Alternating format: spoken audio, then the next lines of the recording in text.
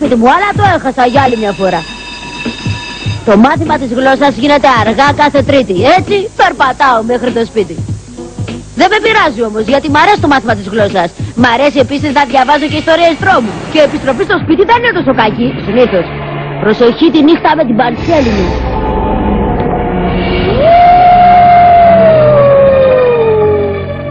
Τα παιδιά με κοροϊδεύουν επειδή λένε πιστεύω στα φαντάσματα. Δεν πιστεύω, ενώ δεν πίστευα. Τουλάχιστον αυτό έλεγα στον εαυτό μου πριν αρχίσουν όλα αυτά. Τι να πω, μια μικρή βόλτα μέσα στο εντελώς έρημο παλιό νεκροταφείο, μια νύχτα με παντσέλινο δεν είναι γιάτο.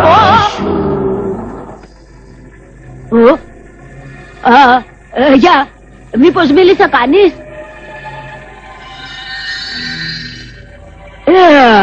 Μάλλον είναι κανένα λάθος. Τι τρέχει? Ποιος είναι εκεί? Είμαι ο Γιο. Θέλεις να κάνεις παρέα μαζί μας? Όχι, ευχαριστώ. Δεν πειράζει. Ποιοι άλλοι είναι εδώ, Η φανταστική φίλη σου? Ακριβώς, η φίλη μου.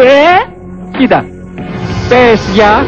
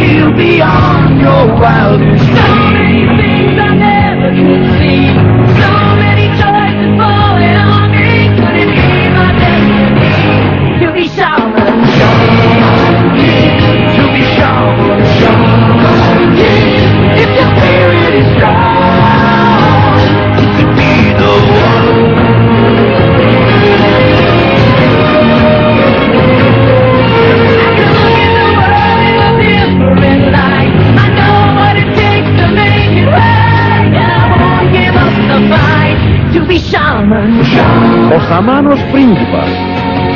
Ο Γιος και ο Μόρις. Την άλλη μέρα στο σχολείο ανυπομονούσα να πω σε όλους τι είδα. Μόρτι! Σοβαρολογώ, παιδιά! Ήταν στο νεκροταφείο πάνω στο λόφο. Εκεί έκανε ένα μεγάλο πάρτι και ήταν ένας περίεργος τύπος που κοιτούσε μόνο τα αστέρια.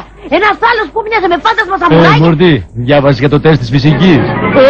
Ποιο τεστ? Δεν θα κάνουμε τεστ, απλώς αστειευόμουν. Σοβαρά όμως, νομίζω ότι χάρη στο μυαλό σου. Μην ανησυχείς για μένα, το μυαλό μου το έχω. Αφού λοιπόν δεν πιστεύετε ότι σας λέω, θέλετε να πάμε όλοι μαζί εκεί μόνο? Όχι, ευχαριστώ. Έχω να κάνω κάποια δουλειά. Θα χάσω τα φαντάσματα. Άκου, κοντοστούπι. Ξέρουμε όλοι ότι σου αρέσουν οι ιστορίες με τα φαντάσματα, αλλά φτάνει πια. Μάλλον θα νομίζει ότι ζει κάποια από τις ιστορίες του βιβλίου. Ναι, καλά.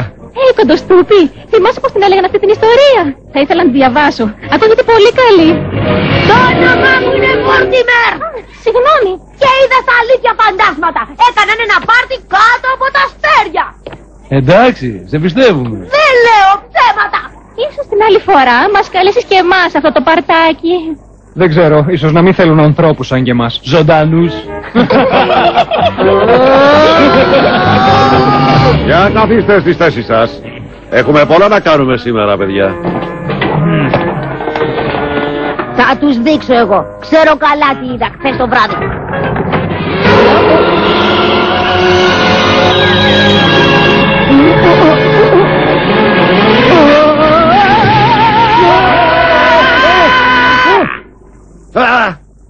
Σου συμβαίνει τίποτα, Μόρτιμερ? Όχι. Κάθισε τότε στη θέση σου. Μάλιστα, κύριε.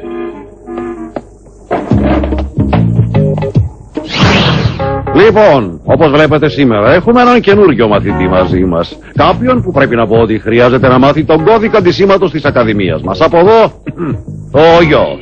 Ο Γιο μας έρχεται πέρα από το ποτάμι. Αυτός ήταν μαζί με τα άλλα φαντάσματα που είδα χθες. Ναι, καλά. Κι εγώ είμαι η καλή νεράιδα. Περίμενε να μιλήσω σε αυτό το παιδί. Μετά θα αλλάξουν όλοι τους γνώμη. Γεια. Γεια. Είπα γεια σου. Γιο.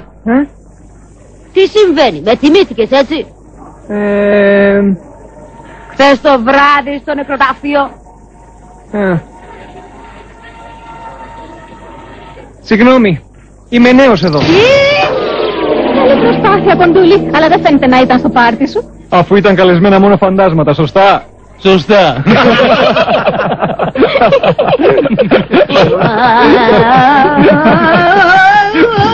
Έπρεπε να περιμένω ότι τα παιδιά στο σχολείο θα μου τη φύλαγαν. Συνήθως το έκαναν. Όμως ποιος νομίζει ότι είναι αυτός ο καινούριος? Έπρεπε να σκεφτώ ένα σχέδιο. Κάτι που να δείξω στα άλλα παιδιά πως αυτός ο τύπος πραγματικά ήταν με τα φαντάσματα και πως δεν ήταν όλα στη φαντασία μου.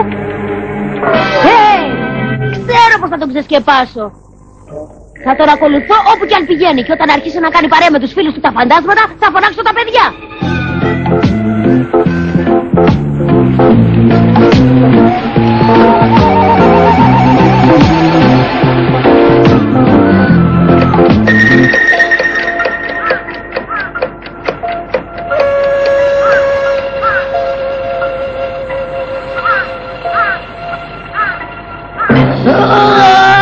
Έλα μικρέ, αρκετά πια από αυτή την ιστορία.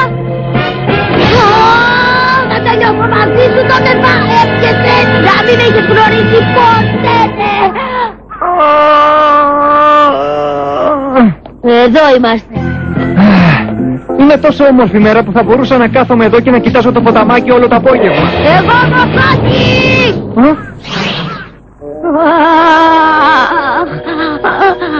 Παραλίγο να την πάθω. Πρέπει να προσέχω πολύ. Δεν θέλω αυτό το παιδί να ανακαλύψει πως... Τι? Τον έχασα! Ποιο είναι αυτό το παιδί?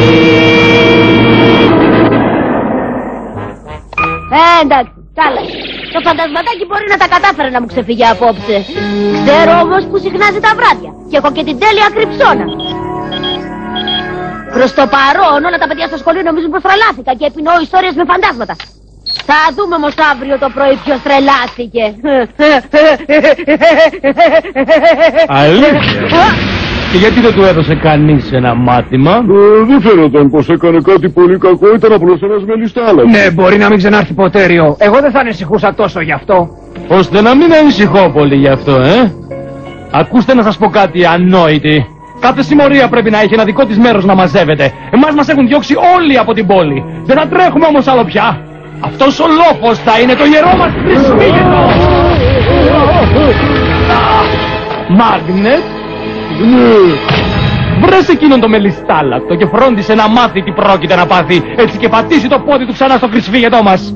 Και αν δυσκολεύεται να καταλάβει από πού είμαστε, να τον φέρεις επάνω στο λόφο. Θα χαρώ να τον περιποιηθώ εγώ ο ίδιος.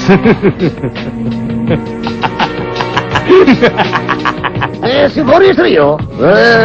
Τι τρέχει, B-boy, φαίνεσαι χλωμός. Πιο χλωμός από ό,τι συνήθως. Είναι που... Εμπρός, B-boy, πες το.